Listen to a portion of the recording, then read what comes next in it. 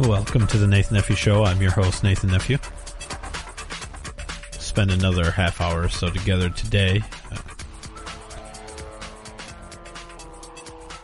It's been freezing cold here in Michigan.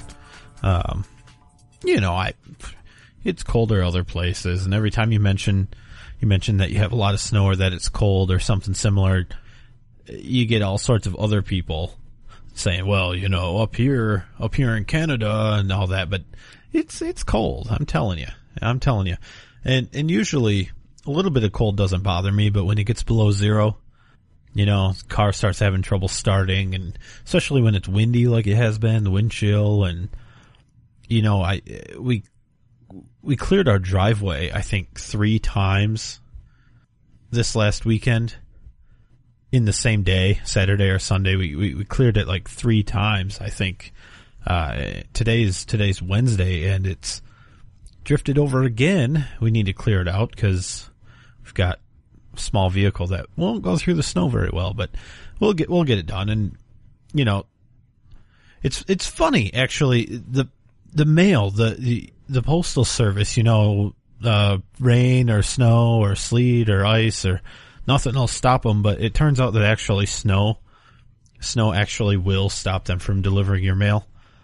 Well, I guess in our case it was because the snowplow took the mailbox off the pole, and so they didn't really have anywhere good to put the mail. But even after it was fixed, they didn't deliver the mail the next day either. But I guess there was too much snow for them, so we'd actually go to the post office and pick that up. But that's all right. But all of this, I just want you to know, all of this freezing cold, these sub-zero temperatures, pipes are freezing in houses. There's ice everywhere. There's global warming scientists getting stuck in ice in the Antarctic. All of this together does not mean that global warming does not exist. Just don't forget that. And in fact, in case you did forget that, luckily President Obama and his cronies will do everything they can to make sure that you don't think that freezing cold temperatures, ice everywhere, every surface outside covered in ice, they're going to make sure that you don't think that means that global warming is not really happening, that humans driving cars, that coal-fired plants emitting carbon dioxide that the plants actually need to survive. If you don't believe that carbon dioxide is causing global warming just because you see ice on the ground, you're wrong. And in fact, Obama sent out his science advisor, what's this guy's name? Dr. John Holdren. Who's ever heard of this guy? I don't know, but he's a climatologist, obviously global warming enthusiast. He's profiting quite well from global warming. I mean, he has a nice cushy job in the government. He gets to make cool YouTube videos. They published a YouTube video today on whitehouse.gov to remind you that just because it's negative 70 degrees outside doesn't mean that global warming doesn't exist. Just because it's been cold, that record low temperatures being set all over the place in this country, just because that's happening doesn't mean that it's not getting warmer. And in fact, as you'll hear, the cold temperatures they don't prove, but they're right in line with global warming. The Earth is getting warmer, so of course we will see cold temperatures. But I'll let him tell you. First, he starts off the video saying something very reminiscent of the Obama, "Some will warn you that tyranny is lurking around the corner. You need to reject those voices." If you've been hearing that extreme cold spells, like the one that we're having in the United States now, disproves global warming, don't believe it. Yeah, just don't believe it. If you've heard it, I don't care if you've heard it from credentialed scientists who have actually done scientific work instead of making all these broad assumptions in these computer models. And since it's a computer, it can't be wrong. Even if you heard this from real scientists who are doing real science, don't believe it because the White House says it isn't true. But a growing body of evidence suggests that the kind of extreme cold being experienced by much of the United States as we speak is a pattern that we can expect to see with increasing frequency as global warming continues. Well, hold on. So, really? I mean, okay. Before hearing this, I was very skeptical of man-made global warming. And I am. And in fact, I'm pretty confident that it's not a real thing. But the White House is going to put out this YouTube video that's going to tell me that as a result of global warming, we will see record low temperatures. We will see mass freezing across the United States as a result of global warming. Well, maybe that's not what he meant. I mean, surely he's going to correct himself later on and not say the exact same thing again, is he? But I believe the odds are that we can expect, as a result of global warming, to see more of this pattern of extreme cold in the mid-latitudes and some extreme warm in the far north. No, he said it again. So, as a result of global warming, we can expect to see extreme cold. Oh, and extreme warm in the Arctic, which, you know, where the global warming scientists got stuck in the ice, we're going to see extreme warm there. And we're going to see extreme cold everywhere else. And that means global warming. Now, I didn't get the audio clip, but he was babbling on, and maybe I'm not a scientist, so I wouldn't really understand this, but he's babbling on about this polar vortex, and as it gets cooler in the United States, it'll cause wavy lines. And these wavy lines are really global warming. And when you see wavy lines, it'll be wavy, and that'll allow waviness, big excursions of temperature. You know, when the temperature goes on an excursion to the north. Because it's too cold here, they go north to warm up in the North Pole. But I guess the good news is it will warm up in the North Pole soon. So those of you here in Michigan or in the area, this region in the United States where it's freezing cold outside, pretty soon we will be able to retreat to the North Pole, go swimming, you know, everything will be good. We'll be out in our shorts and sandals on the beach at the North Pole hanging out with Santa. This is just nuts. It's absolutely nuts. I've always joked, right? I mean, I've kind of heard this sort of thing, but I've always joked that the global warming people are going to blame the freezing cold on global warming. And then you talk to some of these people and they say, well, it's not global warming, it's climate change. Well, right here, whitehouse.gov put out a video. Dr. John Holdren saying global warming is causing record low temperatures. Wow. A little bit later on, though, I'm going to get into the Fifth Amendment of the Constitution of the United States. Obviously still in the Bill of Rights, but it's the one that here I plead the Fifth, meaning you don't have to testify in court or something similar. But there's much more to it than just that. So we'll get into that a little bit probably after the first break. Before that, though, Tom Donohue, he's the CEO of the U.S. Chamber of Commerce, who is supposedly pro-business, pro-free market, pro-capitalism organization.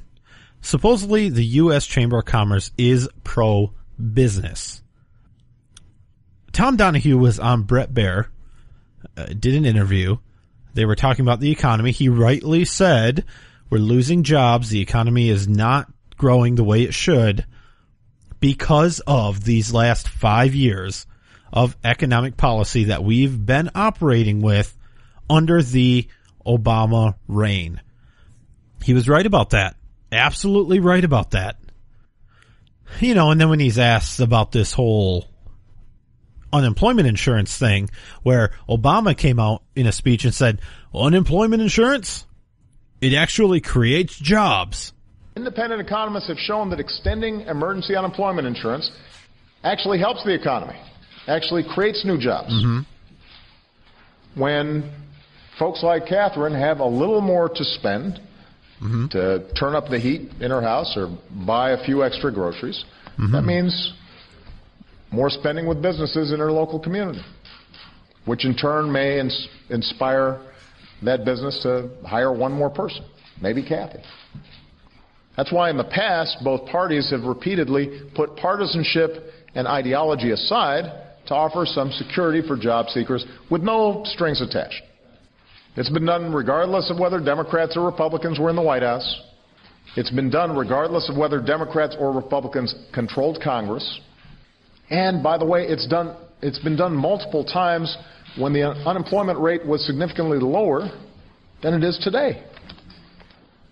And what's important to keep in mind also is that the recovery in a big country like the United States is going to be somewhat uneven. So there's some states that have a 2.5 unemployment rate, and then there's some places that may still have a 7, 8, 9% unemployment rate. The people living in those respective states may be working equally hard to find a job, but it's going to be harder in some places than others. No, that's exactly true. It will be harder in some states to find a job than in others. Places like North Dakota, where they're allowing drilling, where energy companies are creating thousands of jobs, so many jobs that they were having a hard time finding apartments for these people to live in. Those sort of places, it's easy to find a job. That's what the free market's about. It's not about the government paying people not to work. And when Tom Donohue doesn't directly answer the question given to him of, does unemployment insurance create jobs? He says, well, we can create better jobs. We can create real jobs. No, unemployment insurance does not create jobs. Definitely not the kind of jobs we need. What extended unemployment insurance does is disincentivizes anybody to find a job. When you keep extending it and extending it, when somebody's laid off, lose their jobs, they need a way to keep afloat. Unemployment insurance was there. That was the point of it. But to extend it 99 weeks and then 99 weeks and then 99 weeks and then 3 months and then permanently eventually, it does not create jobs. It makes it less important to find a job. People are less likely to look as hard as they should be looking for a job. And it just makes everything more expensive.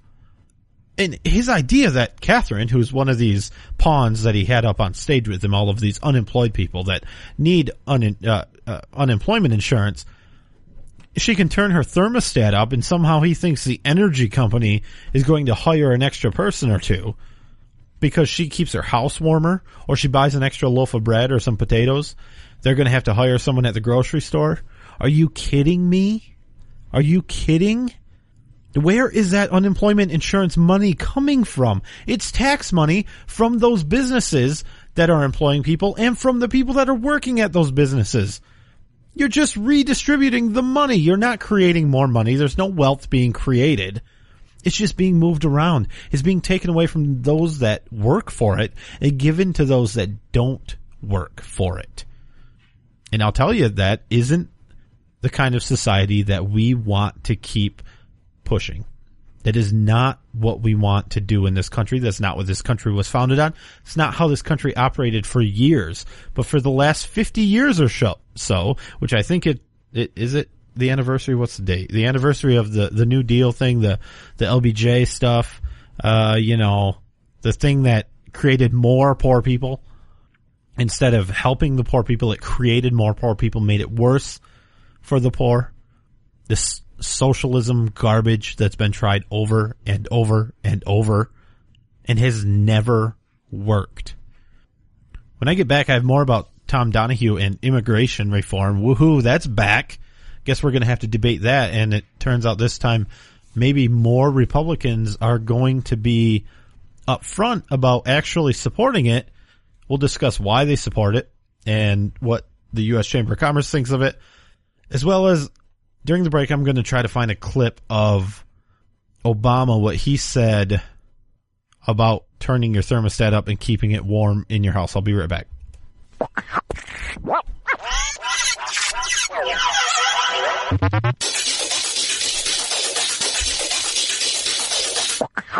Are you tired of commuting to a job that makes someone else rich, working harder than ever, but getting nowhere? Do you hate spending hundreds of dollars every week on daycare, having someone else raise your children? With our opportunities, you can start earning money as soon as next week. You get to be the boss, work from home, and live a happier life. At Be the Boss Network, you'll find hundreds of work-from-home opportunities that you can literally start today and be earning money as soon as next week. Go to freedom66.com and start earning money as soon as next week. You get to be the boss. Get out of the rat race. Work from home. Go to freedom66.com right now and change your life today. That's freedom66.com. Go to freedom66.com and start earning money as soon as next week. You be the boss. Go to freedom66.com. Red State Talk Radio is All American Talk Radio.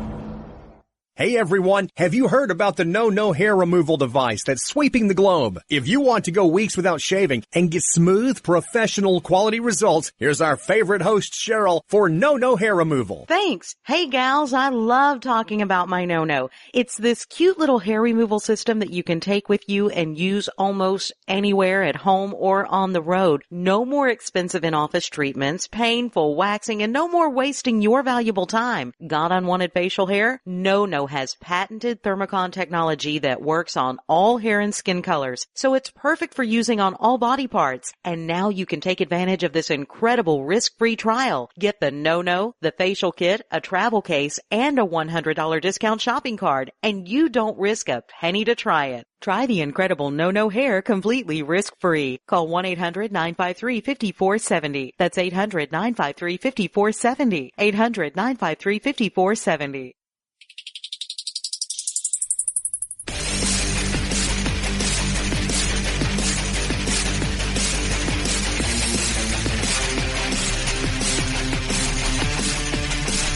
The Nathan Nephew Show. Somewhat unique. Somewhat unique? Yes, somewhat unique. All right, welcome back to the Nathan Nephew Show. I'm still Nathan Nephew. I want to remind you, check out my website, nathannephew.com. Made a few changes over there. Contact form. I love getting your feedback. I've gotten some. I've taken some into consideration and made some changes. Hopefully that helps out a little bit. And myparentsopencarry.com. You can get the book that I co-authored with co-host of At Odds, Brian. myparentsopencarry.com. Great gift for your children, for a library. Donate it to a school, grandchildren, friends, family, anybody. myparentsopencarry.com. I found the clip of Obama. I think that's what this is here, talking about the thermostat. Now remember, we just heard the clip where he said, with unemployment insurance, people like Catherine can turn their thermostat up. We can't drive our SUVs and, eat as much as we want and keep our homes on, 72 degrees at all times, and whether we're living in a desert or we're living in the tundra, and then just expect that every other country is going to say, okay, you guys go ahead and keep on using 25% of the world's energy, even though you only account for 3% of the population. We'll be fine. Don't worry about us. That's not leadership. That's not leadership. But with unemployment insurance, Catherine can turn her thermostat up to 72 degrees. And that's because, much like the carbon offset things that you can pay for, this is the same thing. We're redistributing wealth. So it's okay if we use a little more energy. It won't hurt the environment, and the other countries will love us because we're socialists just like them. And when this country was founded, it was founded with the hopes of someday being exactly like every other country. I get tired of listening to this guy and going back, and almost everything he says now, you can find a clip of him saying the opposite. It's absurd. It is absurd. I'm going to play a clip of Tom Donohue on Bret Baier, asked about immigration, because apparently the Chamber of Commerce wants to deal with immigration reform this year, as well as some of the Republicans in the leadership. This is what he had to say I think there's also a follow-up question from Bret Baier in here as well. Look, Democrats and Republicans want to go into this election having done something significant. The budget thing we did a few weeks ago, while very small, was the first time we've been in normal order in a long time. We've got to do this immigration thing. Demographics are destiny. We need those workers. We need seasonal workers. We need the workers at the top end. We've made a deal in the Senate. How did we do it? Labor and management came together. Labor and business came together and supported a program. I think Speaker Boehner and his colleagues, they're moving forward in a positive way. They're taking a little different approach, but they're passing and moving forward with small parts of this, and they're going to put it together, and we're going to get a bill. If you come to an election where there are two candidates, and one of them is supports your pro-growth policies and anti-regulation and things that you talk about all the time, but may be against immigration reform, and another one is for immigration reform but doesn't line up on your other issues, where do you support as a chamber? There's two answers to that, and it's very simple.